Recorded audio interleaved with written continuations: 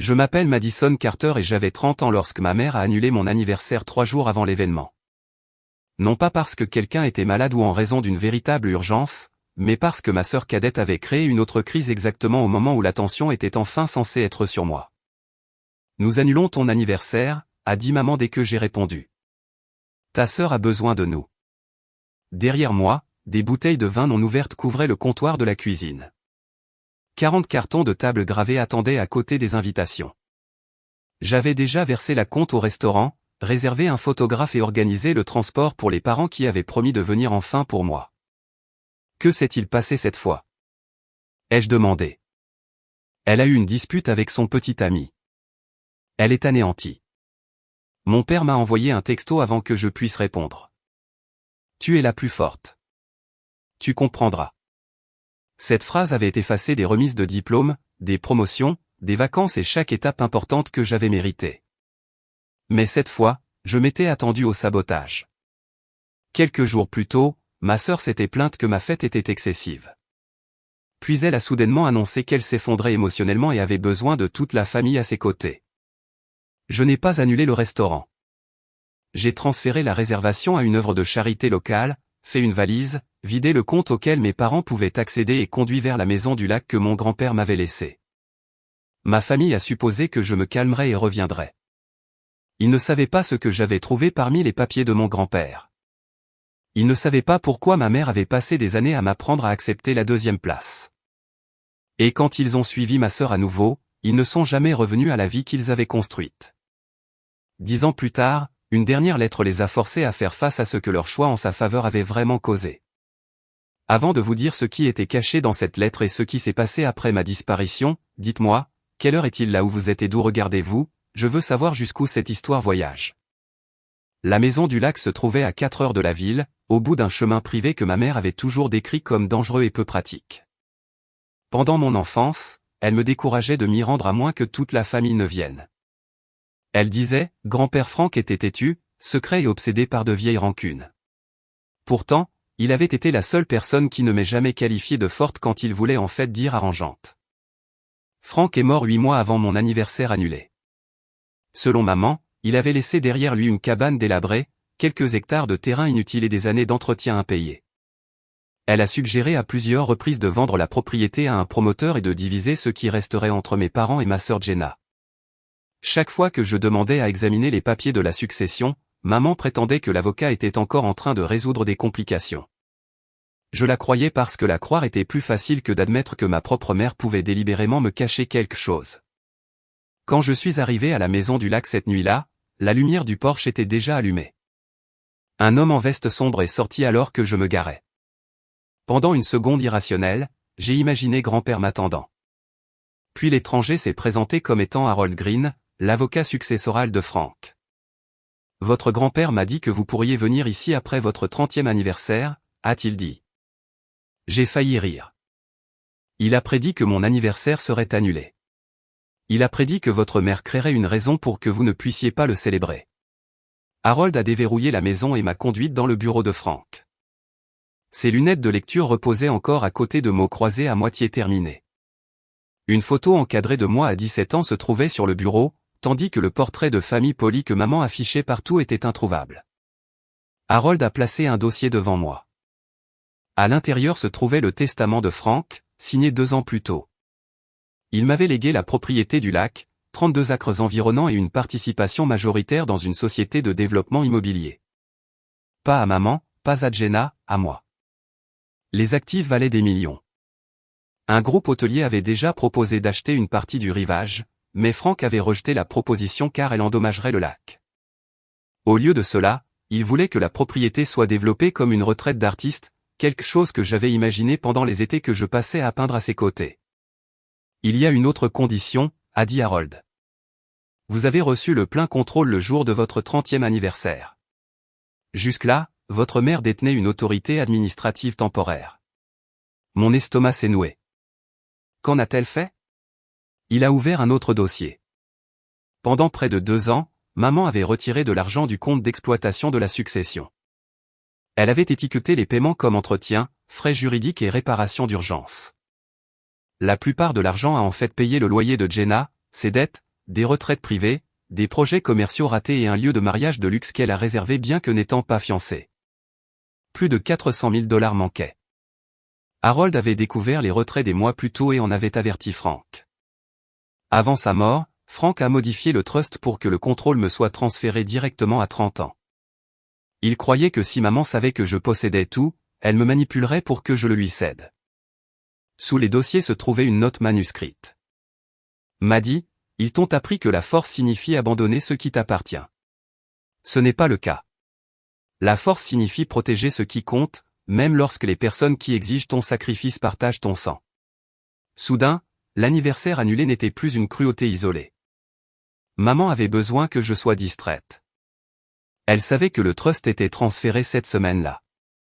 La crise de Jenna a donné à la famille une excuse pour me tenir éloigné du lac. Pendant ce temps, maman finalisait des documents classant plusieurs retraits comme des distributions familiales autorisées. Jenna était-elle impliquée, ai-je demandé. Harold a hésité. Elle a reçu l'argent. Que ce soit elle qui ait compris d'où il venait est quelque chose que nous devons établir. Mon téléphone a vibré sur le bureau. Maman a appelé 2 fois. Papa a appelé 1 fois. Jenna a envoyé cet message commençant par « Je suis désolé que tu sois contrarié » et se terminant par « Ne punis pas tout le monde parce que tu es jalouse ». J'ai retourné le téléphone. Que se passe-t-il maintenant? Harold a regardé vers la fenêtre sombre. Vous décidez si cela reste un différend familial ou si cela devient une enquête pour fraude. Toute ma vie, maman avait résolu les désastres de Jenna en me refilant les conséquences. Elle a donné mes économies pour l'université après que Jenna a été expulsée. Elle m'a fait pression pour co-signer un appartement que Jenna a abandonné. Elle a utilisé mes contacts professionnels pour cacher la mauvaise conduite de Jenna au travail. Chaque fois que je protestais, maman demandait pourquoi je voulais que ma sœur souffre. Assise dans le bureau de Frank, j'ai enfin compris la meilleure question. Pourquoi tout le monde avait-il cru que c'était à moi de souffrir à la place? J'ai donné pour instruction à Harold de geler tous les comptes du trust, d'informer les banques que l'autorité de maman avait pris fin et de conserver les messages arrivant de ma famille. Je n'étais pas prête à impliquer la police, mais j'en avais fini de protéger des gens qui ne m'avaient jamais protégé. Le lendemain matin, j'ai parcouru la maison du lac avec un carnet au lieu de nostalgie. J'ai documenté les fenêtres endommagées, les factures impayées, les pièces remplies de meubles que maman prétendait avoir été vendues et les boîtes que Frank avait organisées par année. Ce n'était plus une évasion paisible. C'était une scène de crime déguisée en héritage. Une boîte contenait mes œuvres d'art d'enfance. Frank avait tout gardé. Des portraits au fusain, des maisons à l'aquarelle, des croquis de jardins imaginaires et un plan d'enfant pour un centre d'art au bord du lac. En dessous se trouvait une enveloppe marquée « Ou pour Madison après qu'elle aura appris la vérité ». À l'intérieur, Frank décrivait un incident dont je me souvenais à peine. Quand j'avais 12 ans, il a créé des comptes d'épargne-études pour Jenna et moi.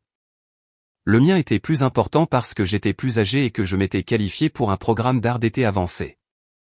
2 ans plus tard, Jenna a été expulsée de son école privée après avoir volé un examen et accusé un autre élève.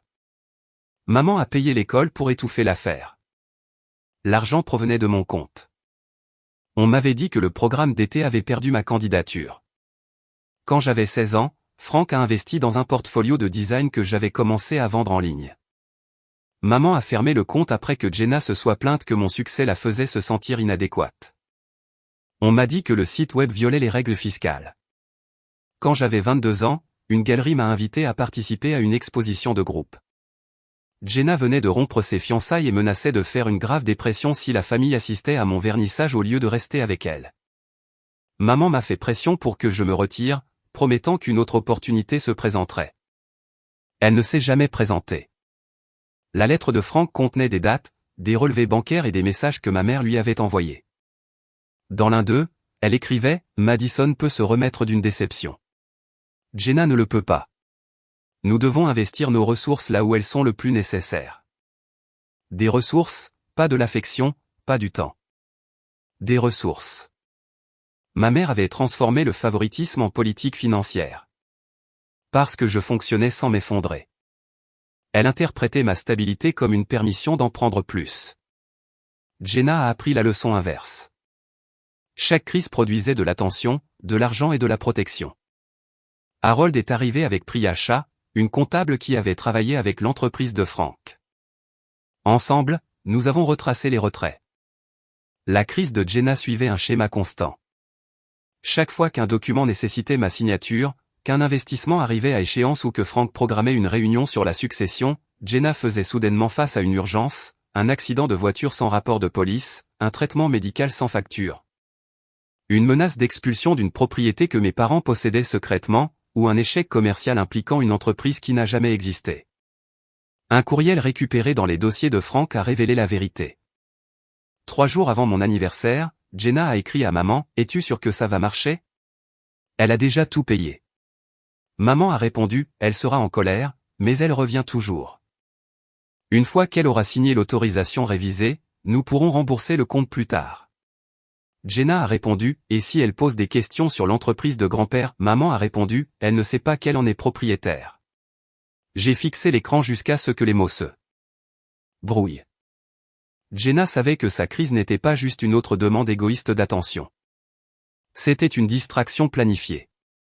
Ma famille avait l'intention d'annuler mon anniversaire, de me faire pression pour la réconforter et de placer des documents financiers devant moi pendant que j'étais épuisé. Ces documents auraient transféré l'autorité de vote sur l'entreprise de Frank à maman pour 5 années supplémentaires.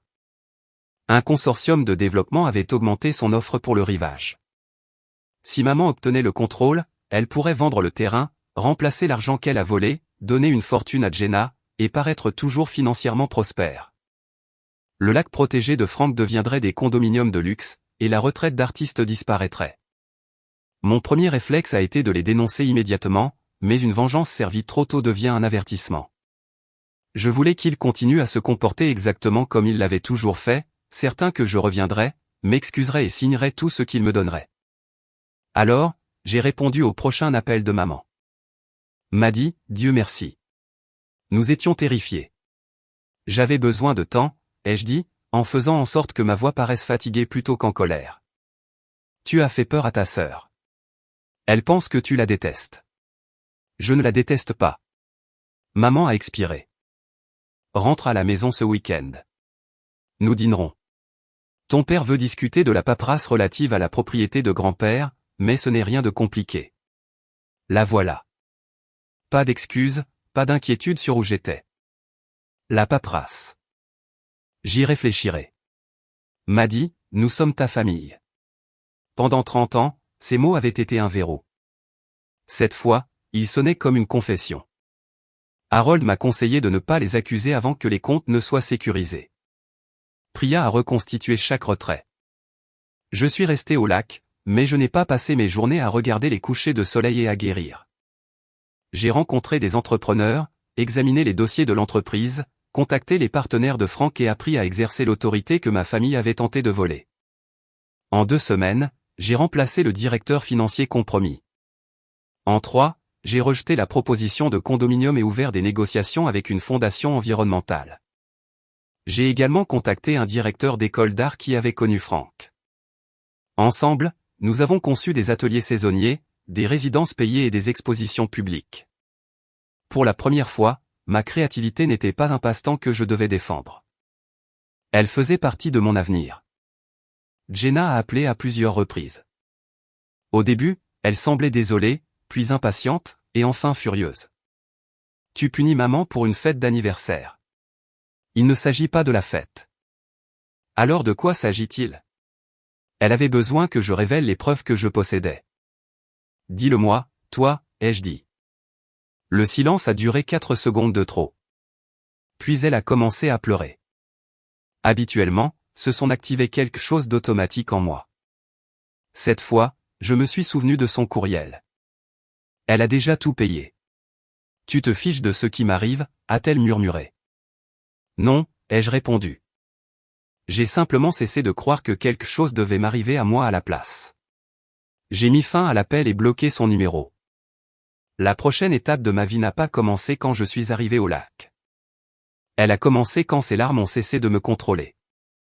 6 semaines après mon anniversaire annulé, je suis retourné chez mes parents vêtu d'un simple tailleur bleu marine et portant un dossier en cuir. Harold attendait dans une voiture à proximité. Priya avait déjà remis des copies des preuves financières à un enquêteur, mais aucune plainte officielle n'avait été déposée. Je voulais une dernière réponse avant de décider jusqu'où aller. Est-ce que papa savait? Il m'a ouvert la porte et m'a serré dans ses bras. Voilà ma fille forte. La phrase a failli me faire partir. À l'intérieur, maman avait recréé un dîner d'anniversaire. Un gâteau de supermarché trônait sous 31 bougies parce que, a-t-elle expliqué, nous pouvions célébrer l'année prochaine en avance. Jenna attendait à table sans maquillage, portant un pull trop grand soigneusement choisi pour lui donner l'air fragile. Pendant un instant, la scène était convaincante. Maman a touché mon épaule. Papa a versé du vin. Jenna s'est excusée d'avoir eu besoin de soutien au mauvais moment. Puis maman a placé un document à côté de mon assiette. Nous devrions régler ça avant le dessert. Cela me permet simplement de gérer la propriété de grand-père jusqu'à ce que la succession soit réglée. Je l'ai ouvert comme si je ne l'avais jamais vu. Papa évitait mon regard. As-tu lu ça, lui ai-je demandé. Ta mère comprend mieux les questions financières que moi. Ce n'était pas ma question. Jenna s'est agitée sur sa chaise. Pourquoi rends-tu cela hostile? Je l'ai regardé. Quand as-tu appris que grand-père m'avait laissé l'entreprise? Son expression a changé instantanément. Maman a répondu pour elle. Personne ne sait exactement ce que ton grand-père avait l'intention de faire. Il était confus vers la fin. Il a passé 3 évaluations cognitives durant l'année où il a modifié le trust. La pièce est devenue silencieuse. J'ai sorti de mon dossier des copies du testament, de l'amendement au trust et des relevés de retrait et je les ai disposés sur la table. Le visage de maman est devenu blême. Papa a pris la première page. À la 3e, ses mains tremblaient. 416 000 $, ai-je dit. C'est le montant transféré de la succession vers des comptes liés à Jenna.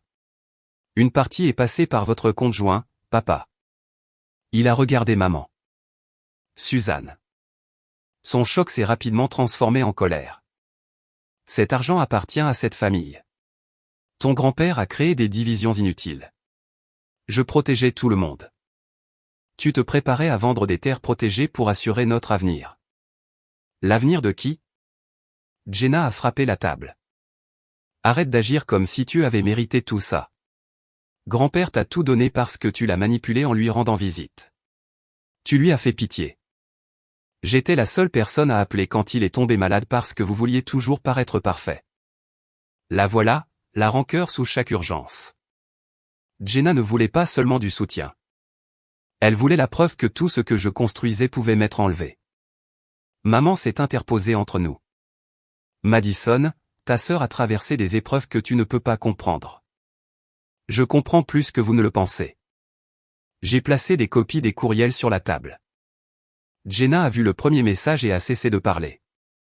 Papa a lu la réponse de maman à voix haute. Elle ne sait pas qu'elle en est propriétaire. Il a baissé la page. Tu as planifié l'appel. Maman l'a regardé comme si sa question était une trahison. J'empêchais Madison de prendre une décision impulsive. Tu as annulé son anniversaire pour obtenir sa signature. Elle aurait fini par signer. Papa m'a regardé alors, peut-être pour la première fois depuis des années. Je ne savais pas pour le trust. Mais tu savais qu'elle avait utilisé mes fonds pour l'université. Tu savais qu'elle avait pris mes économies pour protéger Jenna. Tu savais qu'on m'avait fait pression pour co-signer son appartement. Tu savais que chaque étape importante de ma vie disparaissait chaque fois que Jenna s'y opposait. Je pensais que ta mère remplacerait l'argent. As-tu jamais vérifié? Il ne pouvait pas répondre. Maman a commencé à rassembler les papiers. Cela a assez duré. Madison, tu es émotive. Nous parlerons après que tu te seras calmée. J'ai posé ma main sur les documents. Je leur ai dit que les comptes étaient gelés. L'autorité de maman avait pris fin, la vente du terrain était annulée et les preuves avaient été conservées. Puis j'ai offert 2 voies. Il pouvait rendre chaque dollar récupérable, renoncer à toutes les réclamations contre la succession de Frank, fournir des dossiers financiers complets et signer un aveu écrit. Ou j'autoriserais une plainte officielle pour fraude. Maman a ri. Tu enverrais ta propre mère en prison. Non. Tes décisions pourraient le faire. Jenna s'est levée si rapidement que sa chaise est tombée en arrière. Tu nous détruis pour de l'argent dont tu n'as même pas besoin. Cette phrase a mis fin à mon dernier doute. Elle n'était pas désolée. Elle avait peur parce que l'argent s'était arrêté. À quoi l'as-tu dépensé? A demandé papa. La vérité a émergé par bribes. Jenna avait utilisé les fonds pour entretenir un appartement cher, louer un véhicule de luxe, payer des dettes, financer une fausse entreprise de bien-être et réserver un lieu de mariage à l'étranger. Son petit ami avait mis fin à leur relation quelques jours avant mon anniversaire après avoir découvert qu'elle avait menti sur le fait de posséder l'entreprise de Frank. Sa crise n'était réelle que parce que l'avenir qu'elle avait volé s'effondrait. Papa est sorti sans un mot. Maman l'a suivi. Jenna est restée à côté de la chaise renversée. Tu gagnes toujours, a-t-elle murmuré. J'ai regardé le gâteau bon marché que maman avait acheté pour prouver que le mal pouvait être réparé avec du glaçage. Non, ai-je dit, tu étais simplement protégé de la défaite. J'ai laissé le document de transfert non signé à côté de son assiette. Cette nuit-là, papa a appelé Harold et a accepté de donner accès à tous les comptes joints. Maman a refusé. 3 jours plus tard, elle a tenté de transférer la maison familiale au nom de Jenna. Cette décision a transformé une trahison privée en guerre juridique. La tentative de transfert a déclenché une réponse immédiate de la banque. Parce que la maison familiale avait été utilisée comme garantie pour des prêts liés à la prétendue entreprise de Jenna, le déplacement de la propriété pendant une enquête a soulevé des préoccupations de fraude. La banque a gelé des comptes supplémentaires, et les créanciers ont commencé à poser des questions que maman ne pouvait plus faire taire. En un mois, l'image qu'elle avait passé des décennies à construire a commencé à se fissurer. Maman n'était pas célèbre, mais la réputation gouvernait son monde. Elle présidait des comités de charité, organisait des collectes de fonds et conseillait ses amis sur la responsabilité financière. Sa générosité, j'ai découvert, avait souvent été financée avec de l'argent qui ne lui appartenait pas. Harold a trouvé des paiements de la succession à 3 œuvres de charité où maman s'attribuait publiquement le mérite en tant que donatrice. Il a également trouvé des transferts utilisés pour couvrir des événements qu'elle organisait. Lorsque la première œuvre de charité l'a contactée, elle a blâmé une erreur comptable. Lorsque la seconde lui a demandé de démissionner temporairement, elle m'a accusé de mener une campagne de diffamation. Je n'avais contacté aucune des 2 organisations. Les dossiers parlaient d'eux-mêmes. Papa a déménagé dans un appartement meublé et a donné aux enquêteurs des mots de passe, des déclarations de revenus et d'anciennes correspondances. Sa coopération n'excusait pas sa passivité, mais elle révélait que maman lui avait caché plus de choses que je ne le pensais. Pendant des années, il lui avait confié le contrôle financier parce que la confrontation était inconfortable. Il appelait ça de la confiance. J'appelais ça de l'ignorance choisie. Un soir, il est venu seul au lac. J'aurais dû arrêter ça, a-t-il dit. Oui. Je n'arrêtais pas de me dire que Jenna avait besoin de plus d'aide. Tu savais que l'aider signifiait toujours prendre sur moi. Il a baissé la tête. Tu ne t'es jamais effondré. Cela ne veut pas dire que je n'ai pas été blessé. Je comprends ça maintenant. Non, tu comprends les conséquences maintenant. Il a tressailli, mais je n'ai pas adouci la phrase. Le regret après la révélation n'est pas la même chose que la conscience avant. Papa m'a tendu un vieux téléphone qu'il avait trouvé dans un tiroir fermé à clé. Il contenait des années de messages entre maman et Jenna. Le stratagème de l'anniversaire n'était qu'une partie de leur plan. Elles avaient également discuté de me persuader de rentrer à la maison en prétendant que papa était malade, puis de nommer maman comme ma représentante financière. Jenna a suggéré de me présenter à l'un des partenaires commerciaux de son petit ami, espérant qu'une relation me ferait investir l'argent de la succession dans leur projet. Dans un autre message, maman me décrivait comme émotionnellement prévisible. Elle résistera, puis se sentira coupable. Laisse-lui du temps. J'ai lu les messages sans pleurer. Ma colère était devenue plus froide, moins comme un feu et plus comme une architecture. Elle me montrait exactement où les murs étaient nécessaires. Le lendemain, j'ai autorisé Harold à engager une action civile demandant la restitution, la révocation de maman de tous les rôles de la succession et des dommages-intérêts liés à la tentative de transfert de terrain. J'ai également approuvé la transmission des preuves aux autorités. Je n'ai pas publié d'accusation en ligne ni contacté de parents. Les documents officiels sont plus discrets que les discours de vengeance, mais ils vont plus loin. Maman a été assignée lors d'un déjeuner de charité. Jenna a reçu ses papiers au bureau qu'elle louait pour sa marque de bien-être. À la fin de la semaine, son propriétaire a résilié le bail pour non-paiement. Son véhicule a été saisi et le lieu du mariage a gardé la plupart de son acompte car elle avait fait la réservation en utilisant de fausses déclarations financières. Elle m'a appelé d'un numéro inconnu. Je n'ai nulle part où aller. Tu peux rester avec maman. Elle pourrait perdre la maison. Elle a tenté de te la donner. Parce qu'elle m'aime. Parce qu'elle avait besoin de la cacher. Tu prends plaisir à ça. J'ai considéré l'accusation. Une partie de moi ressentait de la satisfaction, mais pas parce qu'elle avait peur.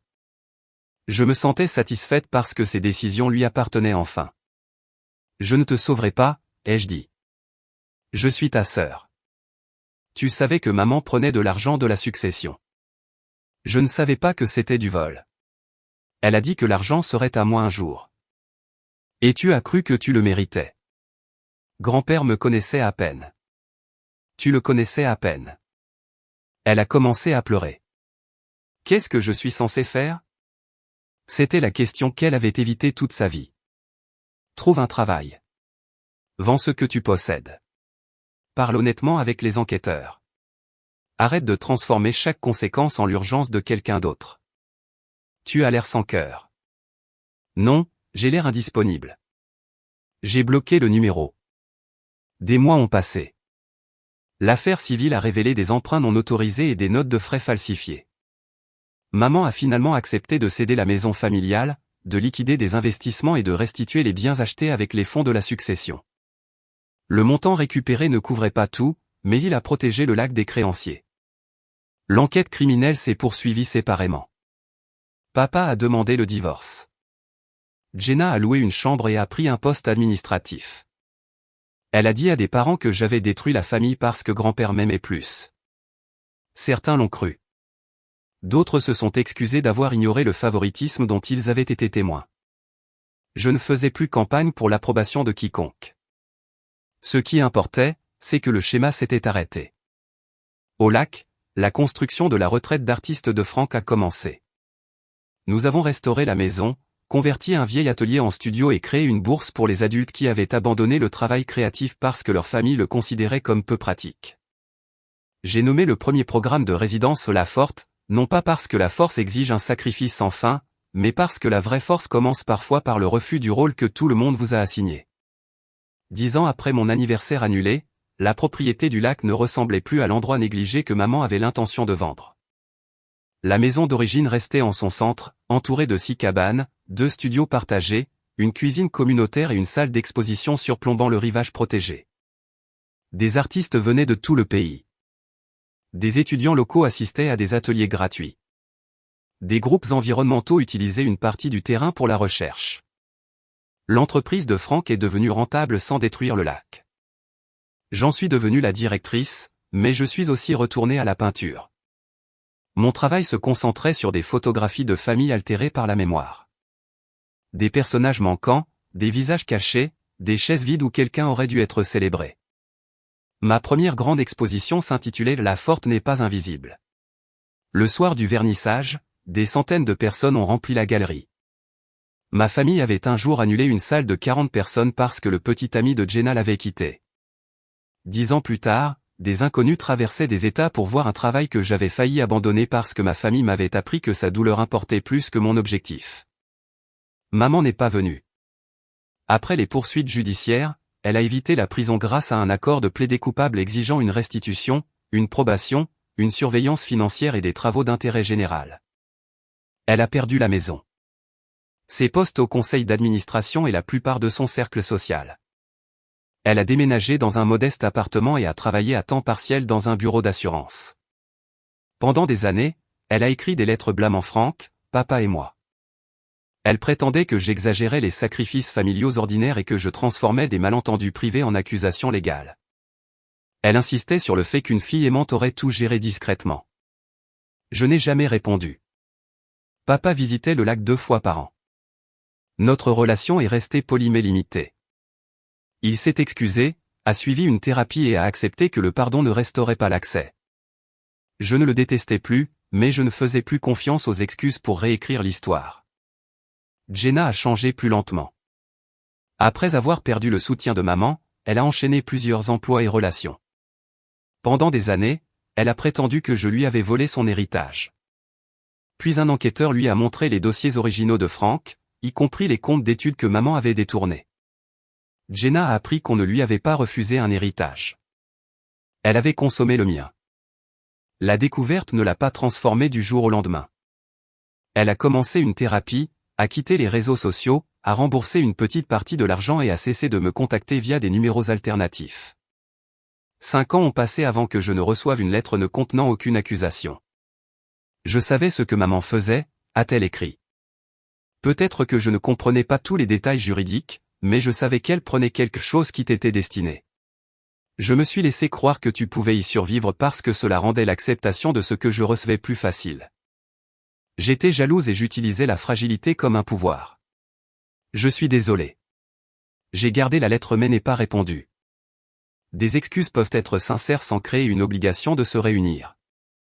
Le 10e anniversaire de l'anniversaire annulé, Harold a appelé. Il avait pris sa retraite mais restait fiduciaire pour une dernière instruction scellée que Frank avait laissée. La date de publication est aujourd'hui, a-t-il dit. Il y a une lettre adressée à vous 4. Frank exigeait que nous nous rencontrions au lac si nous voulions l'entendre. La participation était volontaire. J'ai failli refuser jusqu'à ce qu'Harold ajoute, votre grand-père a enregistré une vidéo. Papa est arrivé le premier. Il avait l'air plus vieux et plus petit que l'homme qui m'avait un jour texté que j'étais assez forte pour perdre un autre anniversaire. Jenna est arrivée seule, habillée simplement, son expression gardée. Maman est arrivée en dernier. Ses cheveux étaient devenus argentés. Personne ne s'est étreint. Harold a placé un ordinateur portable sur le bureau de Frank et a lancé l'enregistrement. Grand-père est apparu, portant la chemise à carreaux délavée qu'il utilisait pendant les étés au lac. Si vous regardez ceci, commença-t-il, Madison a atteint 40 ans et assez de temps s'est écoulé pour que les conséquences révèlent le caractère. Il a décrit comment maman avait redirigé les ressources vers Jenna, comment papa avait abandonné sa responsabilité pour préserver la paix, comment Jenna utilisait l'instabilité comme une influence, et comment j'étais récompensé pour ma compétence par l'abandon. Puis il a révélé le dernier secret. Le trust contenait à l'origine un fonds distinct d'une valeur de près de $1 million. Frank avait l'intention de le diviser entre Jenna et mes parents s'ils respectaient le transfert de propriété et me laissaient contrôler l'entreprise sans manipulation. Si quelqu'un dissimulait l'héritage, utilisait à mauvais escient les fonds de la succession ou me faisait pression pour que je renonce à mon autorité, le fonds familial serait révoqué et donné à la retraite d'artiste. Maman a fixé l'écran. Elle n'avait pas volé $400 000 pour assurer l'avenir de Jenna. Ses actions les avaient fait perdre à tous les 3 près de $1 million de plus. Frank a continué. Suzanne, tu peux croire que tu as protégé ta plus jeune fille. Tu ne l'as pas fait. Tu lui as appris que l'amour supprime les conséquences, puis tu as traité Madison de cruelle quand elle a refusé de continuer à les payer. Les lèvres de maman se sont entr'ouvertes, mais aucun son n'est sorti. À mon gendre, le silence est toujours une décision. Tu ne peux pas renoncer à l'autorité et prétendre plus tard à l'innocence parce que quelqu'un d'autre l'a mal utilisée. À Jenna, la douleur mérite la compassion, mais la douleur n'est pas une propriété. La joie de ta sœur n'a jamais été la preuve de ta négligence. Et à Madison, leur regret n'achète pas ton retour. Tu leur dois l'honnêteté, pas l'accès. Construis l'endroit que nous avons imaginé et célèbre chaque anniversaire qu'ils t'ont appris à abandonner. L'écran est devenu noir. Maman a finalement murmuré. Il m'a piégé. Jenna a répondu avant que je ne le puisse. Non, il nous a donné le choix. Maman s'est tournée vers elle. Tout ce que j'ai fait, c'était pour toi. Tu l'as fait parce que tu avais besoin que je sois dépendante de toi. Les mots ont frappé plus fort venant de Jenna. Après tout ce que j'ai sacrifié, a commencé maman.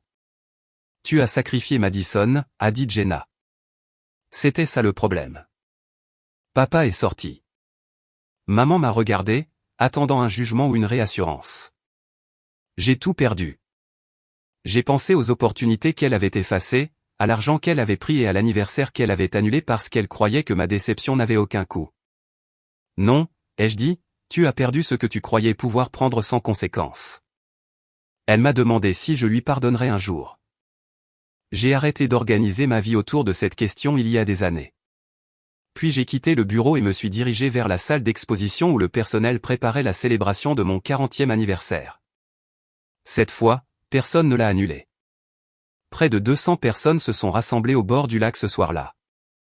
Les résidents exposaient des peintures inachevées. Des enfants épinglaient des dessins sur des murs temporaires. Des musiciens jouaient près du jardin restauré. Et d'anciens boursiers revenaient avec des histoires sur des carrières qu'ils avaient autrefois craint de poursuivre. Au centre de la salle se trouvait une longue table décorée de fleurs sauvages.